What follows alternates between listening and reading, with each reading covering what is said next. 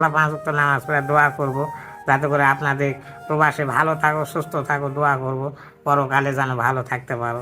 এই দোয়াটুকু ছাড়া আমরা আর দেওয়ার মতন কিছুই নেই। আচ্ছা, আপনাদের সাথে যোগাযোগ করার বা যদি কেউ সাহায্য করতে চায় এটার মাধ্যম কি? আমাদের ফোন নাম্বার আছে আচ্ছা, ওই ফোন নাম্বারটা একটু কোন। 01736494688। আর একবার কোন। 01736494688।